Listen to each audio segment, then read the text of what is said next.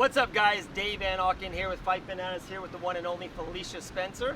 Man, we're here at beautiful Lake Iowa here in Orlando, Florida. We just went 10, 12 laps. We're getting our cardio up. You know, we're 8 weeks out of a fight. You never know when my Miami debut is going to be, so we're getting it going.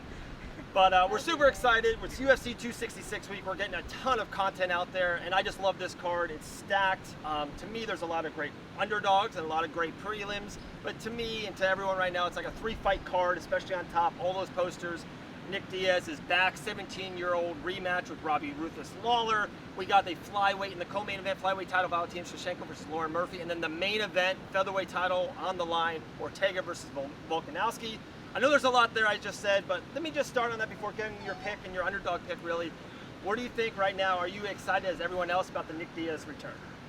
Yeah, okay. Definitely. Okay. Like, just for the spectacle, you know, like Nick is, I mean, he's a showman, you know. Yeah. And he's like a cult classic. You just have to watch when he fights or Nate. So yeah, definitely a cool one. It would be. I feel like people want Nick to win just for like old time's sake, but like everyone loves Robbie too. So right. it's like it should be a fun time and a sad time for whoever loses at the same time. I know, it's so funny. So I had John Radford on the podcast and we talked about it. The winner like moves up and moves on. You know, there's already word of Diaz and Masvidal, so that can happen. And then, but I feel horrible for the loser. I feel like the loser is gone. They ship him out of town. So I love both these guys. Cannot wait. I just hope as a fan, it's a 5-round war. Like I just want 25 minutes, and I hope they do work. That's my goal. That would be awesome. Kind of like a replay of the first one. Right. What's your lean? Flyweight championship on the line. Valentina Shevchenko, one of the best in the world at what she does. Lauren Murphy, all grit for days. 5 wins in a row to get to this platform, to get to this spot. Everyone's on Valentina. She's a huge, massive favorite. Do you give Lauren a chance, and how much? What's your lean on that fight? I always give the underdog a chance. You know, she's there for a reason. She earned that spot, and she's number 2, and she definitely has a chance.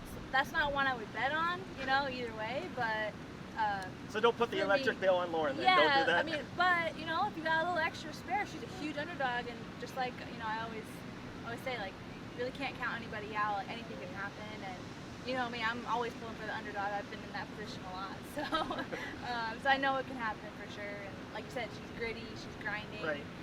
She doesn't have anything like spectacular that she does, but just that grind can really wear down on someone if they're not used to it. So yeah, I'll give her a chance. Right. The path to victory to me is that grind. It's a 4th round, 5th round war, and Valentina's just like, I don't want to be here anymore. Like, this is just too much. I'm used to 1st round knockouts in Jacksonville, so we'll see. And then the main event is a very close fight. Betting lines are ultra close. You got Ortega going for the shot. Volkanovski is retained it 2 or 3 times. He's beat Max Holloway twice. We'll see. I like both these guys a lot. This is a really close razor fight. What's your lean on that? Yeah, they're both very skilled, but I would lean toward Volkanovski for this one. In a Max rematch, I might not, but he's, you know, I definitely respect him as a champ, and I think he's got the skills to beat Ortega in this one. Very good. And my kind of lean on the pick, or what I want, is I like Volkanovski more. All the stories I hear behind the scenes, such a good guy. But it's like, I want Max Holloway to get the rematch, and I think it's an easier rematch against Ortega because he beat him before. If Volkanovski wins, I don't know if the UFC wants to do that fight. So like, in a weird way, I'm rooting for Ortega, so I'm rooting for Max Holloway. That's my take. Yeah, that makes sense. There we go. It's crazy if Ortega was the champ and he got completely demolished by Max Holloway when he fought him, which you know happens obviously, but it would be pretty funny to have him be the champ and Max be the challenger after that history. UFC. There you go. There it is. All right, let's get into it. Her nominal pick doesn't have to be an underdog. Usually is the 3-4 really good choices here. Which way are you leaning? So I went with an underdog. Okay. With a decent underdog. A little farther down on the main card, we have Curtis Blades versus. I can never say his Rosenstruck? Rosenstruck. So Rosenstruck is actually the underdog in that one. So I really looked into it. I looked at who they fought, and I'm definitely picking Rosenstruck as the underdog for this week because, man, like as much as I like Curtis, his wins are mostly decisions and that kind of stuff. And Rosenstruck, he's come back after a few rounds of losing a few rounds, and then. Just like we saw last time with Curtis getting knocked out by Derek Lewis.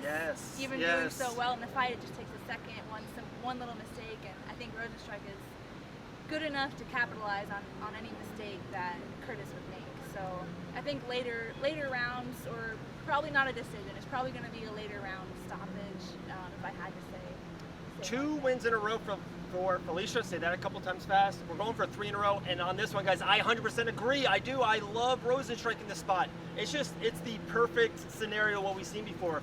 Curtis is dominant and he wrestles, but all it takes is 1 strike by Rosenstrike. He lost to Overring for 4.5 rounds, got the win, and that's what Rosenstrike does. And if you really look into his card, he has 2 losses: Cyril Gane and Francis Ngannou. Yeah. Everyone loses to those guys. Yeah. So I love Rosenstrike here. Curtis did get knocked out bad by Derek Lewis. Let's see where his mind is at, where his psyche's at. So I love it. I am 100% behind this pick. We're going to throw a couple shekels. I think he's like a plus 240, 250 dog. So I like that. I like it. All right, we're here in beautiful Orlando, Florida. Also, we love these picks. Cannot wait next week. But UFC 266 is Rosenstrike is a phenomenal pick. And I have a surprise. If you want to hold the Hermione for me, I brought a little something for the show. Look at this, a surprise Okay. on the spot. No practice So, here, folks. We're yeah, just right. rolling. I brought for your little backdrop my Look at this. gloves and wraps from when I fought Chris Cyborg. So that can be in your studio as a Oh little my token goodness. of my appreciation. Wow, this is the greatest thing ever. Thank you so much. We're definitely going to have this in the studio. UFC This is 240. insane. UFC 240. All right, I'm going to cry off air now, all right? Guys, Dave Van Auken, Felicia Spencer, Fight Bananas. We'll talk to you very soon, and